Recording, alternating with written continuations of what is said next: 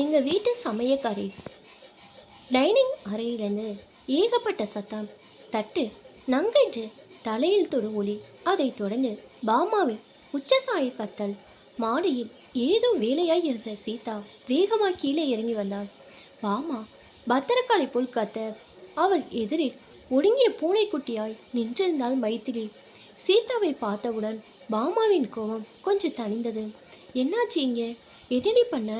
சீதா அதட்டி கேட்க மைத்திலி மௌனமாகவே இருந்தாள். அவள் பதில் பேச மாட்டா. எனக்கு காலேஜுக்கு சீக்கிரம் போகணும்னு நேற்று ராத்திரியே சொல்லி வச்சிருந்தேன். இந்த மகாராணி எழுந்து சமையல் பண்ணுறதுக்குள்ளே காலேஜ் முடிஞ்சிடும். எல்லாம் நீ கொடுக்குற செல்லந்தாம்மா. நான் போகிறேன். நான் பட்னியாக போனால் யார் கேர் பண்ணுறாங்க? பாமா முசு முசு என்று நீலியார் கண்ணீர் வடிக்க சீதாவின் கோபம் சுர்ரென எரிவிட்டது. எழுந்து சீக்கிரம் சமைக்கிறது என்னடி சனியனே? என் குழந்தை காலேஜுக்கு போகிறான்னு பொறாமையா? உன்னை வச்சு மாரடிக்கணும்னு என் தலையில் எழுதி வச்சிருக்கு. சுட்டரித்து விடுவதை போல் பார்த்தவளின் பேச்சை தவிர்க்க எண்ணி மைத்திலி திரும்பியது இன்னும் தவறாக போனது. அனாத புண்ணாச்சேன்னு வீட்டில் வச்சு சோறு போட்டாலும் என்ன, கொஞ்சமாவது நன்றி இருக்கா? எங்கள் சோத்து தின்னுட்டு இப்படி மதண்டு வளர்ந்து நிற்க தான் தெரியும். சீதாவின் குரல் இன்னும் மேலே எழும்ப பாமா அவள் பின்னாடி ஒட்டி நிற்க மைத்திலிக்கு கண்களில் குளம் கட்டியது. சரி சரி, இப்படி அழுது மாயாஜலம் பண்ணாத, உள்ள போய் வேலையை பாரு என்று சீதா சொன்னவுடன் மைத்திலி சமையல் அறையில் தஞ்சம் புகுந்தாள். சீதாவுக்கு எதில் ஆரம்பித்தாலும் கடைசியில் அனாத பொண்ணு என்ற குற்றச்சாட்டில்தான் வந்து நிற்க முடியும். மைத்திலியால் அந்த வார்த்தைகளை கேட்கும்போது மட்டும் கண்ணீரை கட்டுப்படுத்த முடியாது என்று அவளுக்கு நன்றாகவே தெரியும். 5 வயதில் ஆசையாய் ஒரு பெண்ணை அருமையாய் வளர்க்க விரும்பிய பெற்றோர் ஒரே சமயத்தில் ஆக்சிடென்ட்டில் இறந்து போனது மைத்திலியின் தவறா? பணக்கார தூரத்து உறவாய் சீதாவின் கணவன் ராகவன் பரிதாபப்பட்டு அந்த கண்ணகரை நின்ற 5 வயது கருவிழிகள் சோகத்தை உணர்ந்து தன் வீட்டுக்கே அழைத்து வந்தது அவள் விதியா? ராகவன் உயிரோடு இருந்த வயலும் சீதாவும் பாமாவும் தங்கள் குரோதத்தை வெளியே காட்ட முடியவில்லை. ஆனால் அவனும் ஒரு நாள் ஹார்ட் அட்டாக் என்று மறைந்த போது மைத்திலி பள்ளி படிப்பை நிறுத்திவிட்டு வீட்டு வேலைகளை ஏற்றுக்கொள்ள வேண்டியதாயிற்று. எத்தனை வேலைகள், எத்தனை பணம் இருந்தாலும் வேலைக்காரி, சமையல்காரி, தோட்டக்காரன் யாரும் கிடையாது. மைத்திலி அழுகையை அடக்கி கொண்டு சமையல் செய்து இறக்கி சமையலறை துப்புரவாக சுத்தம் செய்தாள். பாத்திரங்களை கழுவி வைத்தாள். துணிகளை துவைத்து உலர்த்தி தோட்டத்தில் செடிகளுக்கு நீர் ஊற்ற வந்தாள். பாமாவை கல்லூரி விட்டுவிட்டு சீதா லேடிஸ் கிளப்புக்கு போனதில் மைத்திலிக்கு சிறிது ஓய்வு கிடைத்தது. காலையில் எழுந்ததிலிருந்து பம்பரமாக சுழன்றதில் கூட உடல் களைப்பு தெரியவில்லை. ஆனால் பாமாவும் சீதாவும் சொல்லும் வார்த்தைகள் மறுபடி குப்பென்று கண்ணீர் வர தோட்டத்தில் வழக்கமாய் உட்கார இடத்துக்கு வந்தாள். பாமாவுக்கு என்னை கண்டால் ஏன் பிடிக்கவில்லை? மைத்திலி பலமுறை தன்னையை கேட்டுக்கொள்ளும் கேள்விதான். ஆனால் அவர்கள் இருவரையும் ஒன்றாக நிற்க வைத்து பார்ப்பவர்களுக்கு உடனே காரணம் தெரிந்துவிடும். வீட்டு வேலைகள் செய்வதே பெரிய உடற்பயிற்சியாய் மெலிந்த சரியான வளைவுகளுடன் மைத்திலியின் அப்பா நல்ல சிவப்பு, அம்மாவிற்கு ஏகமாய் முடி, மூக்கும் மொழியுமாயிருப்பாள். தங்கள் ஒரே சொத்து என்று அழகை மட்டும் அவளுக்கு அள்ளி கொடுத்துவிட்டு மறைந்து போனார்கள். அவள் சமைக்கும் சாப்பாட்டை 3 வேளையும் குறை கூறிக்கொண்டே சாப்பிட்டுவிட்டு காரில் எப்போதும் சவாரி செய்வதில், வீட்டில் இருக்கும் நேரம் படுக்கையில் புத்தகம் படித்தோ டிவி பார்த்தோ துரும்பை அசைக்காத பாமா ஏகமாய் பெருத்துதான் போய்விட்டாள். முக லட்சணத்துக்கு சீதாவை வேறு கொண்டிருந்தாள். சீதாவிற்கும் மைத்திலியை பார்க்கும்போது இவள் மட்டும் இப்படி அழகா இருக்கிறாளே என்று கோபம் வரும்.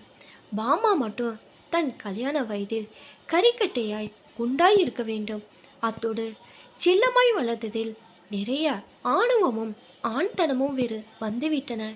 அதனாலேயே சீதாவிற்கு மைத்திலியின் கால் பட்டால் குற்றம், கைப்பட்டால் குற்றம். சூரியன் நல்ல உச்சிக்கு வந்ததில் மைத்திலிக்கு ஒரேடியாய் வியர்த்தது. காலையிலேருந்து ஒன்றும் சாப்பிடாதது வேறு மயக்கமாய் வந்தது. எனக்கு இங்கிருந்து இன்று விடுதலை. இப்படி 3ஆம் வகுப்பு படிப்போடு அடுப்பங்கரையில் உழலும் நாட்கள்தான் என் வாழ்க்கையா? எனக்கென்று எந்த ஆண்மகன் வந்து திருமணம் செய்து கொண்டு என்னை இந்த நரகத்திலிருந்து மீட்கப் போடுகிறான்? திருமணத்தை பற்றி நினைத்தபோது மைத்திலிக்கு சிரிப்புதான் வந்தது. கல்யாணமா? எனக்கா? நடக்குமா? 4 வயதில் அப்பா மடியில் படுத்து சிண்ட்ரெல்லா கதை கேட்ட ஞாபகம் இருக்கிறது. They will do happy ever after என்றுதான் அப்பா எப்போதும் கதையை முடிப்பார். என் வாழ்க்கையிலும் கொடுமைக்கார சித்தியிடமிருந்து என்னை மீட்டு என்னை மணக்கப் போகும் ராஜகுமாரன் எங்கே? வாசல் கேட் அருகில் சைக்கிள் மணி அடிப்பதை கேட்டு மைத்திலி சற்றென்று கனவு கலைந்தாள். எத்தனை நேரமாக மணி அடிக்கிறேன், தூங்கிட்டு இருந்தியா என்று அதட்டிய தபால்காரனிடமிருந்து தபால்களை சேகரித்து கொண்டாள். அவற்றை எடுத்துக்கொண்டு வீட்டினுள் வரும்போது மேலே திருமண அழைப்புதல் அவள் கண்களை கவர்ந்தது. அழைப்புதல் மேலே தியாகவித்து சரசா என்று போட்டிருந்தது. பிள்ளை வீட்டார் அனுப்பியிருக்கிறார்கள் போலிருக்கிறது. சரசா பாமாவின் கல்லூரி தோழி. அவள் நேரையே வந்து கூப்பிட்டு மைத்திரியும் நிச்சயம் வர வேண்டும் என்று கட்டாயப்படுத்தி இருந்தாள். சீதாவுக்கு அவள் வருவதில் இஷ்டம் இல்லதான். ஆனாலும் சரசா அவ்வளவு வற்புறுத்தியதால் சாயங்காலம் ரிசப்ஷனுக்கு மட்டும் வந்தால் போதும் என்று உத்தரவு கொடுத்திருந்தாள்.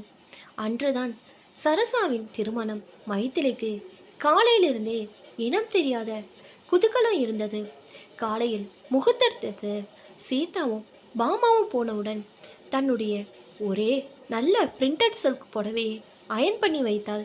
மாலையில் எல்லா வேலைகளையும் அவசரமாக முடித்து கொண்டு சீதாவும் பாமாவும் சீக்கிரம் என்று அதட்ட அவசரமாய் புடவையை மாற்றிக்கொண்டு ஓடி வந்து காரில் ஏறிய போது சீதாவின் முகத்தில் கடுகடுப்பு நிறைந்திருந்தது. பக்கத்தில் பாமா காஞ்சிபுரத்தில் ஸ்பெஷலாய் ஆர்டர் பண்ணி வாங்கிய பட்டுப்புடவை, தானே டிசைன் பண்ணிய வைர அட்டிகை, 2 மணி நேரம் பியூட்டி பார்லரில் செலவழித்து அலங்கரிக்கப்பட்ட முகம். ஆனால் ஒரு பழைய பிரிண்ட் சில்கில் துடைத்துவிட்டு போன்ற முகத்தில் ஒரு பொட்டுடன் ஒற்றை பின்னலில் இந்த பெண்ணின் அழகுக்கு முன்னால் பாமா இன்னும் அவலட்சணமாக அல்லவா தெரிகிறாள். திருமண கூடத்தின் வாசலில் சரசாவும் தியாகவும் நின்றிருந்து அவர்களை வரவேற்றார்கள். சரசா மைத்திரிக்கு சிநேகபாவமாய் ஒரு புன்முறுவலில் தன் வரவேற்பை தெரிவித்து கொண்டு பாமா சீதாவின் பக்கம் திரும்பிய போது தனக்கு அங்கு வேலை இல்லை என்பதை மைத்திரி புரிந்து கொண்டு நகர்ந்தாள். மூலையில் ஒரு பேடையில் அவசரமாய் முன்னுக்கு வந்துவிட்ட இளம் பாடகன். அவன் பாட்டை கேட்பதை விட அவனை பார்ப்பதற்காகவே மேடை அருகே ஏகமாய் இளப்பெண்கள் கூட்டம். மைத்திலி ஒரு மூளையாய் பார்த்து தானும் ஒரு நாற்காலியில் அமர்ந்து கொண்டாள். எல்லோருக்கும் பேசுவதற்கு யாராவது கூட இருக்கும்போது தான் மட்டும் தனியாக அமர்ந்திருப்பது குறித்து அவளுக்கு வெட்கமாய் இருந்தது. பாட்டை ரசிப்பதில் கவனம் செலுத்தினாள். பாடகன் காக்கை சிறகினை நந்தலாலா என்று கரைந்து கொண்டிருந்தான். Miss you care for Fanta என்று குரல் கேட்டு மைத்திலி பின்னால் திரும்பி பார்த்தாள். அவளை அழைத்தவன் அந்த முகத்தின் அதீத அழகை அவ்வளவு அருகாமையில் பார்த்து கண்கொட்ட ஒரு கணம் மறந்து மயங்கி நின்றான். அவன் ஆங்கிலத்தில் கேட்டது சற்றென்று விளங்காமல் அவள் திரும்ப அவள் கையில் கொடுக்க வைத்திருந்த ஃபேண்டா பாட்டிலில் தவறி அவள் மேலேயே விழுந்த அவள் புடவையை நனைத்தது. மைத்திலிக்கு தன்னுடைய ஒரே நல்ல புடவை வீணானதே என்ற துக்கத்தில் லேசாய் கண்ணீர் பனித்தது. அவன் அந்த கண்ணீரை தவறாக புரிந்து கொண்டு ஐ ஆம் டெரிபிள் சாரி என்று மறுபடி சொன்னான். மைத்திலி இப்போது நன்றாக திரும்பி அவனை பார்த்தாள். ஏறக்குறைய 6 அடி உயரத்தில் விலை உயர்ந்த பேண்ட் ஷர்ட்டில் அடர்த்தியான மீசையில் லேசாய் பச்சை நிறம் கலந்த கண்களில் அவன் 100% அழகிய ஆண்மகன். அவனது உடை பாவனையிலிருந்து நிச்சயம் பணம் படைத்தவன் என்பது புரிந்தது. அவன் தன்னையே உற்று நோக்குவதை பார்த்து தானாகவே, நான் மாப்பிளை தியாகுவின் கசின் ஐயாம் பாலகுமார் என்று அறிமுகப்படுத்தி கொண்டான். நீங்கள் உள்ளே நுழையும் போதே பார்த்தேன், உங்கள் மதரும் சிஸ்டரும் அதை வராங்களே அவங்க தானே என்றபோது மைத்திலி பயந்தாள். சீதா தான் இவனோடு பேசுவதை பார்த்தா திட்டப்போகிறானே என்று அவசரமாய், நான் போய் இந்த ஷாரியை வாஷ் பண்ணிக்கணும் என்று மெல்லிய குரலில் சொல்லிவிட்டு நகர்ந்தாள். பாலகுமார் அவசரமாய் செல்லும் மைத்திரியை பார்த்தான். மைத்திலிக்கு அன்று இரவெல்லாம் தூக்கமில்லை. பாலகுமார் பெயரும் அவனைப் போலவே அழகாயிருக்கிறது. எத்தனை உயரம்! அவள் முகத்தை முதலாக பார்த்தபோது அப்படியே ஆச்சரியத்தில் தயங்க உறைந்து போனதை நினைத்தபோது அவளையும் அறியாமல் புன்முறுவல் வந்தது. நான் உன்னையே நினைத்து கொண்டிருப்பது போல் நீயும் என்னையே நினைத்து கொண்டிருப்பாயா பாலகுமாரா?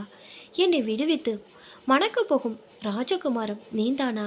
மைத்திலி ஒரு வழியாய் தூங்கிய போது கனவுகளில் பாலகுமார் பவனி வந்தான். ஒரு வாரம் ஓடியது. சீதா பரபரப்பாய் இருந்தாள். பாமா மாடி அறையில் அலங்காரம் பண்ணிக்கொள்ள 2 மணிக்கே போய்விட்டாள். நிமிடத்துக்கு ஒரு முறை மைத்திரியை கூப்பிட்டு, இந்த புடவையை அயன் பண்ணு, இந்த நெக்லஸை மாட்டிவிடு என்று அதட்டி கொண்டு இருந்தாள். சீதாவுக்கு கையும் ஓடவில்லை, காலும் ஓடவில்லை. இந்த பரபரப்புக்கு காரணம் சரசாவின் கணவன் தியாகுவின் கசின் டாக்டர் பாலகுமார் சீதாவின் பெண்ணை திருமணத்தில் பார்த்தானாம். தன் அம்மாவை கூப்பிட்டு கொண்டு இன்று மாலை வருகிறான். வீட்டை சுத்தம் பண்ணி வருபவர்களுக்கு பஜ்ஜி சுச்சி பண்ணி 1000 வேலைகள் மைத்திலியின் தலையில் விழுந்தாலும் சீதாவுக்கும் பாமாவுக்கும் தெரியாத ரகசியத்தில் அவள் மனம் சந்தோஷ ராகம் பாடியது. பாலகுமார் என்னுடைய பிரின்ஸ், அவன் திருமணம் செய்து கொள்ள வருவது என்னை பாமாவை என்று நினைத்த அவர்கள் அமர்க்கலப்படுத்துகிறார்கள். மைத்திலிக்கு சிரிப்பு வந்தது. மாலை வந்தபோது பாலகுமாரும் அவனுடைய அம்மா காந்தாவும் வந்தார்கள். மைத்திலி சமையலறையிலிருந்து மறைவான இடத்திலிருந்து நடப்பதை பார்த்தாள். காந்தா, உங்கள் பொண்ணை வர சொல்லுங்க என்றபோது பாமா அதீத அலங்காரத்துடன் மாடியிலிருந்து இறங்கி வந்தாள். பாலகுமார் அவன் முகத்தில் தெரிந்த லேசான அதிர்ச்சியை மைத்திலி இங்கிருந்தே ரசித்தாள். அவன் சீதாவிடம் ஏதோ கேட்பது தெரிந்தது. பாமாவின் முகம் லேசாய் சுருங்குவது தெரிந்தது. இந்த பெண் நான் பார்த்தவள் இல்லை, வேறு ஒருத்தி. அவள் எங்கே? அவளைதான் மணந்து கொள்வேன் என்கிறானா? மைத்திலி மெல்ல நகர்ந்து அவர்கள் பேசுவது காதில் விழும் இடத்தில் வந்து நின்று கொண்டாள். சீதாவின் குரல் நன்றாய் கேட்டது. ஓ, அந்த பெண்ணா? அது எங்கள் வீட்டு சமயக்கார பெண். ரொம்ப தூரத்து உறவு. அனாத பொண்ணு. பாமாவோட அப்பா பெரிய மனசு பண்ணி அழைச்சிட்டு வந்தார். அவரும் போன அப்புறம் அந்த பொண்ணுக்கு வேற போக்கிட இல்லைன்னு இங்கேயே வச்சுக்கிட்டு இருக்கேன். பாமாவுக்கு கல்யாணம் ஆன அப்புறம் அவளையும் தகுந்த இடமா பார்த்தா பண்ணி கொடுக்கணும். ரொம்ப நல்லவ மாதிரி சீதா சொல்ல பாலகுமார் தன் அம்மாவின் முகத்தை பார்த்தான். அவள் விரும்பிய பெண் மைத்திலி என்று தெரிந்தவுடன் சீதா இன்னும் அழுத்த திருத்தமாக மைத்திலி அனாத ஏழை என்று சொன்னதில் காந்தா யோசிக்க ஆரம்பித்தாள். சீதா கிடைத்த சிக்க நூல் இதையும் பிடித்து கொண்டாள். ஐ ஆம் சாரி, நீங்கள் பொண்ணு கேட்க வந்தது பாமாவன்னு நினச்சிக்கிட்டேன். அதனால் என்ன? பாமா ஏன் பொண்ணு காலேஜில் படிக்கிறா. ஏன் சொத்து சுகம் எல்லாம் அவளுக்கு தான். நல்ல பையனாக இருந்தா சொல்லுங்க என்று சொன்னபோது காந்தா என் பிள்ளையோட ஒரு 5 நிமிஷம் தனியாக பேசணும் என்று தோட்ட பக்கம் போனாள். பாலகுமாரும் அவளை பின்தொடர்ந்தாள். அவர்கள் திரும்பி வந்தபோது மைத்திரியின் மனம் படப்படுத்தது. சீதா தன்னை அழைத்து செல்ல எந்த நிமிடமும் உள்ளே வரலாம். மைத்திரி தன் கூந்தலை லேசாய் ஒதுக்கி கொண்டு புடவையை சரி செய்து கொண்டாள். நடப்பதை கவனித்தாள். பாலகுமார் ஒன்று பேசாமல் இருந்தான். காந்தா தான் பேசினான். மிஸ்ஸஸ் ராகவன், குமாரும் நானும் நல்லா யோசனை பண்ணி சொல்கிறோம். உங்களுக்கு ஆச்சரியப்பட இல்லைனா உங்கள் பொண்ணு பாமாவையே முடிச்சிடலாம். எங்கள் அந்தஸ்துக்கு அந்த சமயக்கார பொண்ணு சரிப்படாது. அவன் மேலே சொன்ன எதுவும் மைதிலி காதில் விழவில்லை. அவசரமாய் தோட்டத்திற்கு ஓடி வழக்கமான இடத்தில் போய் உட்கார்ந்து கொண்டாள். முகத்தை முழங்காலில் பதித்து கொண்டபோது வெளிவந்த விம்மல்களை அடக்குவது கடினமாக இருந்தது. என் அழகை பார்த்து மயங்கி என்னை திருமணம் செய்து கொள்ள வந்தவன் எப்படி தன் மனதை உடனே மாற்றிக்கொண்டு விட்டான்? சிண்ட்ரெல்லா கதையின் ராஜகுமாரன் அவள் ஏழை என்று தெரிந்ததும் தானே அவளை மணந்து கொண்டான். என் கதை எப்படி மாறிப்போனது? அசட்டு பெண்ணே, அது அந்நாளைய கதை. இன்றைய சிண்ட்ரெல்லா கதையில் ராஜகுமாரின் அம்மா அந்தஸ்து பார்ப்பாள். ராஜகுமாரன் தன்னுடைய காக்டெயில் பார்ட்டிக்கு உதட்டு நுனியில் ஆங்கில பேச பழக வேண்டும் என்று உன்னிடம் எதிர்பார்ப்பான். உனக்கு அந்தஸ்து இருக்கிறதா? ஆங்கிலம் தெரியுமா? மைத்திரி விக்கி அழுதாள். யதார்த்த உண்மைகள் புரிந்தபோது அவள் சிண்ட்ரெல்லா கனவுகள் இறந்து போயின.